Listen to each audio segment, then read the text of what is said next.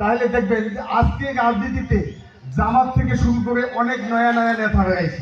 দেখেন আমরা দেখেছি বাংলাদেশে অনেক নয়া নয়া নেতা যারা সংস্কারের কথা বলতেছে, যারা বলতেছে যে আগে সংস্কার তারপর নির্বাচন। এতদিন কোথায় ছিলেন দাদা আপনারা? সংস্কার হরতাল করতে হইতো যখন এই ফ্যাসিবাদী সরকার, এই আওয়ামী সরকারের বিরুদ্ধে রাস্তায় বুক পেতে দিতে হইতো, তখন আপনারা কোথায় ছিলেন দাদা? তখন তো সংস্কার কমিশনের কথা বলেন নাই আপনারা।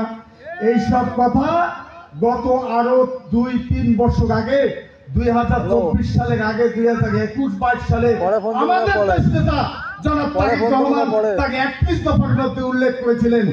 তিনি বলেছিলেন যে সর্বপ্রথম বাংলাদেশে সংবিধান সংস্কার কমিশন চাই। তিনি বলেছিলেন বাংলাদেশের রাষ্ট্র ব্যবস্থা পরিবর্তনের জন্য আমাদের কতগুলো সংস্কার করা প্রয়োজন।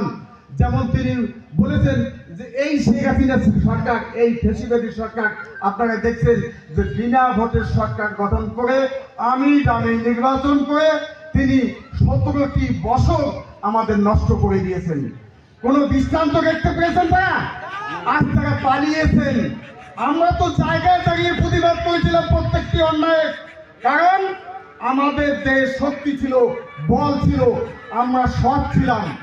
কারণ আমাদের নেতা যিনি বাংলাদেশ জাতীয়তাবাদী দল সৃষ্টি করেছিলেন, তিনি 19 দফা কর্মসূচির মাধ্যমে এই দেশ গঠনের প্রতিজ্ঞা গ্রহণ করেছিলেন। যিনি স্বাধীনতার ঘোষণা দিয়েছিলেন, তিনি আমাদের দেশের, আমাদের দলের প্রতিষ্ঠাতা শহীদ প্রেসিডেন্ট জিয়াউর রহমান ছিলেন। তারই উত্তরসূরি জ্যেষ্ঠ পুত্র যারা তারেক রহমান আজকে বাংলাদেশকে সংস্কার করার জন্য 31 দফা বাস্তবায়ন কর্মসূচি আমাদেরকে দিয়েছেন, আর সেই দায়িত্ব আমাদের এই বিএনপি নেতৃবৃন্দকে দিয়েছেন। আজকে আপনারা দেখেন যে 5ই আগস্টের পর যে সরকার, আমাদের এই ফখরুদ্দিন সরকার যে সরকারে বসে সরকার পরিচালনা করতেছেন, ইতিমধ্যেই এই 31 দফার কতগুলো দফা বাস্তবায়ন হয়ে গেছে।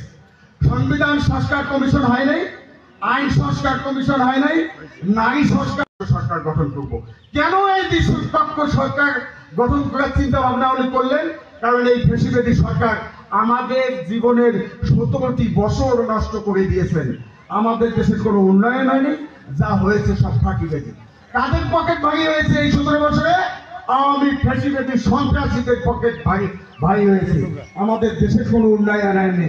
আমি সেদিন শুনলাম যে একটি মডেল মসজিদের সরকারি বাজেট 7 কোটি টাকা হইলে হয়, সেখানে তারা মসজিদ বাস্তবায়ন করার জন্য, মসজিদের কাজ করার জন্য সেই মসজিদের বাজেট টাকা নিয়ে